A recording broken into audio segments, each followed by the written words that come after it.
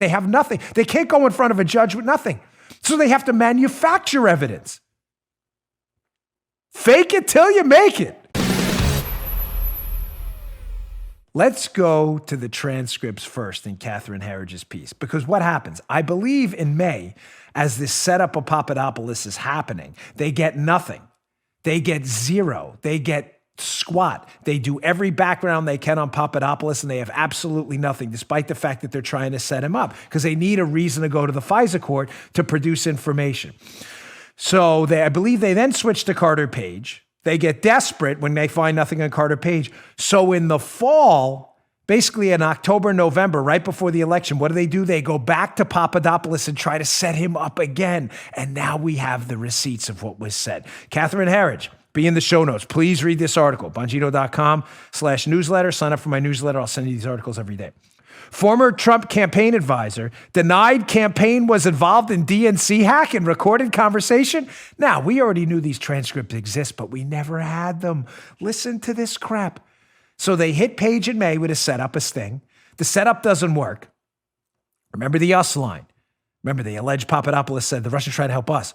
So that us could have meant Page too. So they go on. They try to investigate Carter Page throughout the summer.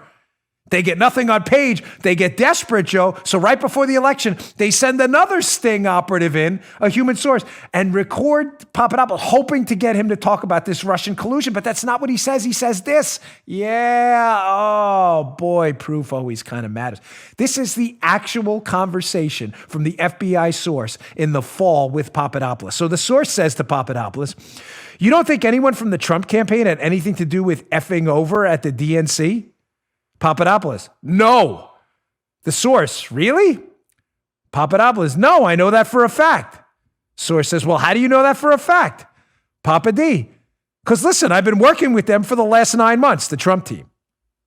And all the stuff that's happening, the last 4 months? He goes on. Keep in mind, he goes on. The source says, he clearly says no in that last one.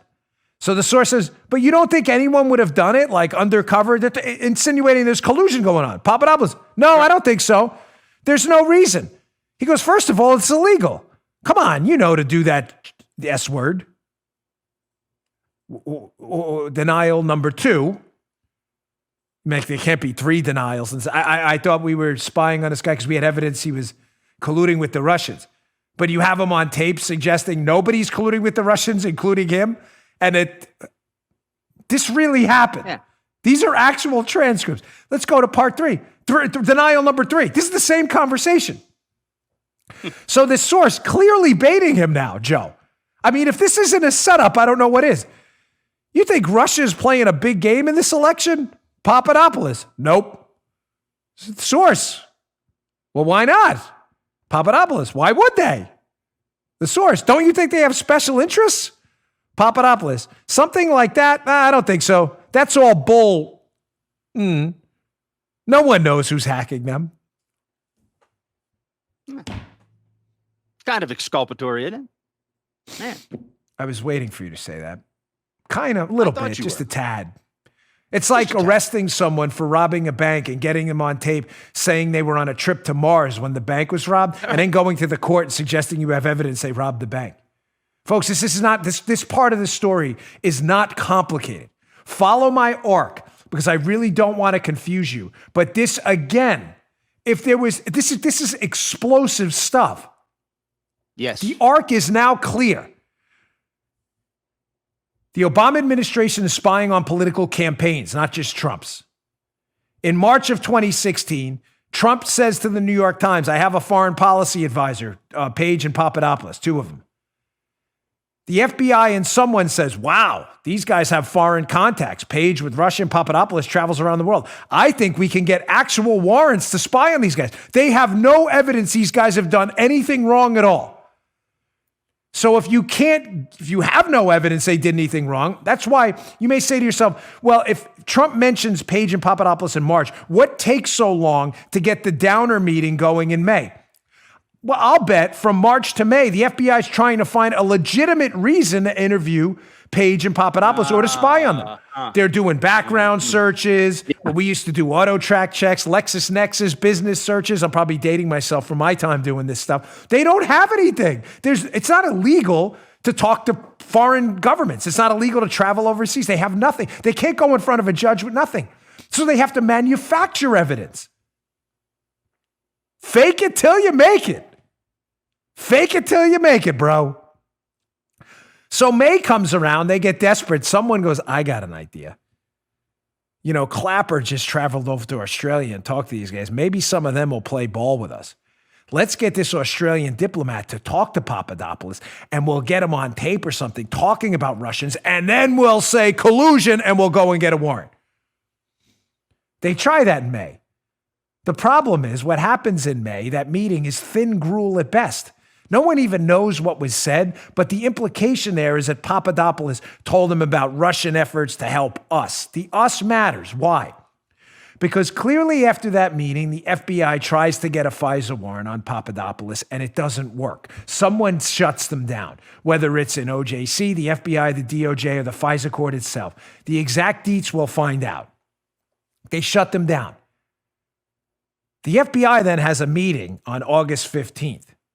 I'll get to these. I'm going to produce some text and stuff in a minute. And on August 15th, that's the famous insurance policy meeting. Someone clearly says at the meeting, and Andy McCabe, the deputy director of the FBI's office, listen, man, we've been on this Papadopoulos. We tried to set him up. We looked at his background. We got nothing. We got dissed by the FISA court. We're not going to be able to spy on him. Well, there's an insurance policy here because remember, at that Downer Papadopoulos meeting in May, Papadopoulos did mention an us, that us, we were trying to be helped. So us, maybe the Russians are really helping Carter Page. That would be an us, right? Plural, singular. Huh. Now, if you say, wow, that sounds like a stretch, that's because it is. Yeah. You may say, what evidence do you have of this? Oh, I'll produce that. Because all of a sudden, flipping on a dime, you see the investigative focus change from Papadopoulos to Page. Well, that comes up empty too, despite the dossier and all this other stuff.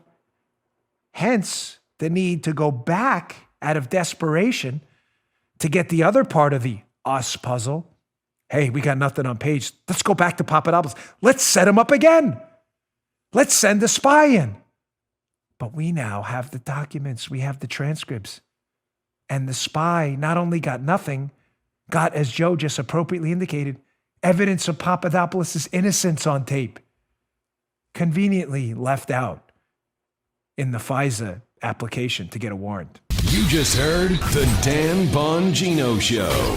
You can also get Dan's podcasts on iTunes or SoundCloud and follow Dan on Twitter 24/7 @DBongino.